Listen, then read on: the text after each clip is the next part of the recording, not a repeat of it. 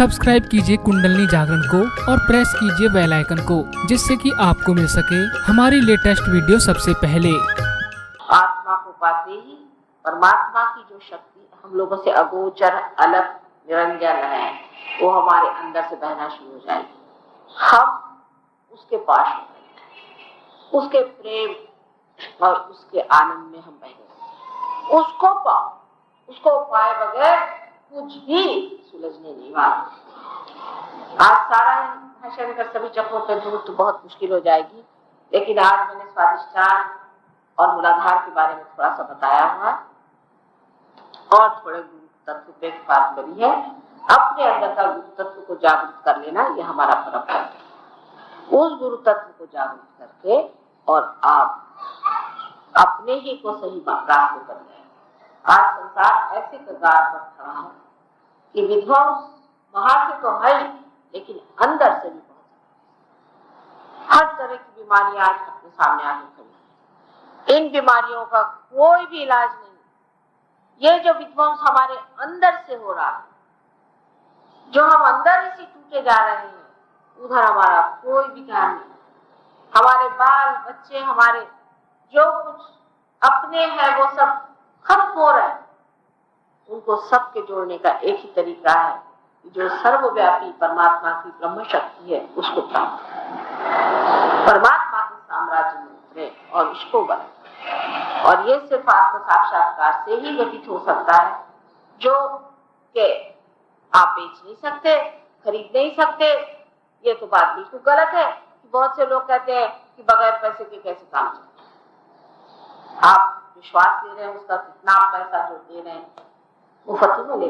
जो आप इंसान बने हुए हैं अमेरिका से, उसका आपने कितना पैसा चढ़ाया भगवान को। जितनी भी मूल्यवान और जरूरी चीजें हैं जीवन के लिए, वो सब मुफ्त, इसीलिए हम जीवित हैं। नहीं तो जिस तरह के हम लोग हैं, कभी कभी लगता है कि जीवित रहने का भी अधिकार नहीं, लेकिन परमात्मा ने सब मुफ्त ही दे दिया। उनकी परम करुणा, परम्पार, उनका प्यार सारे संसार में बह रहा है। इसीलिए हम लोग आज चल रहे हैं सिर्फ उस प्यार को अपने अंदर बसाकर उसका प्रकाश सारे संसार में फैलाना। कुंडलिनी के बारे में और हमारे प्रोग्राम 10 दिन तक है, आप लोग जरूर वहां उपस्थित हो और मैं इसके बारे में और आगे बताऊंगी कि कुंडलिनी चीज क्या है, उसका कितना सनातन हमारे साथ संबंध है और सनातन धर्म की जो विशेषताएं हैं उसको उभारना अत्यंत आवश्यक है। उसी प्रकार जिन्होंने निराकार की बात करी, उनका भी उसमें पूरी तरह से प्रकाश देना भी अत्यंत आवश्यक है। तो अगर आप सोचते हैं कि एक तरफा चलने से आप कामयाब होंगे तो गलत बात है। सब चीज परमात्मा की बनाई हुई, और परमात्मा ने इस बनाई हुई चीज को ठीक रखने के लिए अपने ही कारिंदों को इस संसार में भेजा, या कहिए अपने ही स्वरूपों को इस संसार में उतारा हुआ है। तो उस चीज को आपको मानना और उसकी मान्यता लेकर के और उसकी मान्यता लेकर के और आत्म साक्षात्कार को आपको प्राप्त करना। आत्म साक्षात्कार के बाद आपको इसमें स्थापित भी होना पड़ेगा। ये नहीं कि आपने आत्म साक्षात्कार कर लिया और आप बैठ गए कि हाँ हमें तो ये पहली चीज है, योग होना और योग की कुशलता पाना। एक तो होता है योग, जिसमें कुंडलिनी का जागरण तथा ब्रह्मरंध्र का भेदन हो जाएगा, लेकिन इसकी कुशलता भी आपको सीखनी पड़ेगी और इसकी कुशलता सीखने पर आप प्रवीण हो जाएंगे, आप एकदम इसके मास्टर हो जाएंगे। वो कैसे और क्या, उसके लिए यहाँ पर आपके इस मोहल्ले में ही एक सेंटर है और जहाँ आप इसको सीख सकते हैं, जान सकते हैं और समझ सकते हैं और इसमें प्रवीण हो सकते हैं। बहुत आसान है, छोटे छोटे बच्चे तक इसमें निष्णात।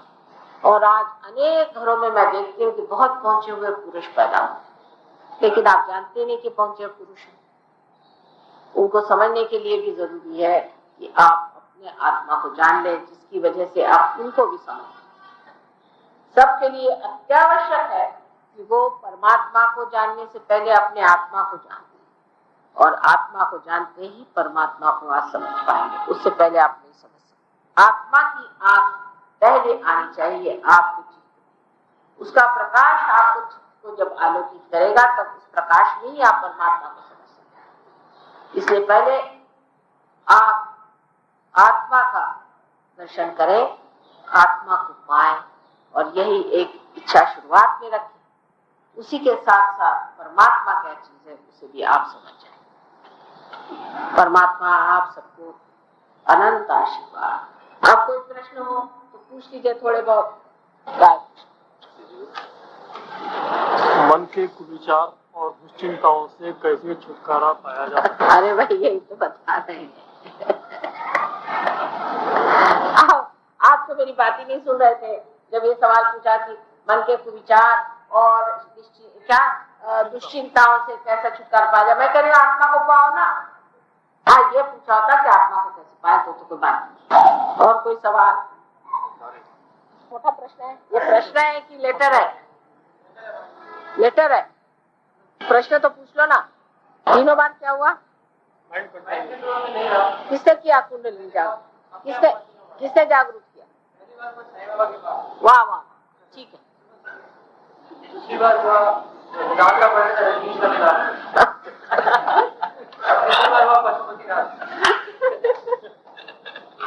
अब यही इसका जाहिर है। हमारे यहाँ तो पागल अच्छे हो जाते हैं, वहां अच्छे भले पागल हो जाते हैं। ये इसका साक्षात। हम तो किसी बुराई नहीं करते बैठे। और वो एक साहब से जरा सामने कह दिया कि भाई नहीं, हम कल कह रहे थे कि जो गुरु ठीक नहीं है उसके पास नहीं जाना चाहिए, माथा नहीं टेकना चाहिए, उसे एकादश रुद्र पकड़ता है। तो वो तो उठ के खड़े हो गए और चले गए। मैंने कहा भाई तुम्हारे गुरु कोई खराब ठीक है, तुम उठ के क्यों चले गए? बिल्कुल सही कहा आपने बेटे, आप गलत जगह पहुंच गए। ये लोग कोई भी कुंडलिनी जागरण नहीं करते हैं, तो भूत विद्या करते हैं। तो वही तो करना है अभी। वो ठीक सवाल है, वही करेंगे अभी, वही करना है। हाँ, ठीक बात है। ये तो है अच्छी बात। ये आपने सवाल बहुत अच्छा किया। हाँ, और ये तो अभी वही करना है, वही करते हैं। और बोलिए, एक से एक नमूने आजकल निकले हो कुंडलिनी को जागरण करने वाले। दिन में शराब पीना और शाम को कुंडलिनी जागरण करना। क्या बेटा?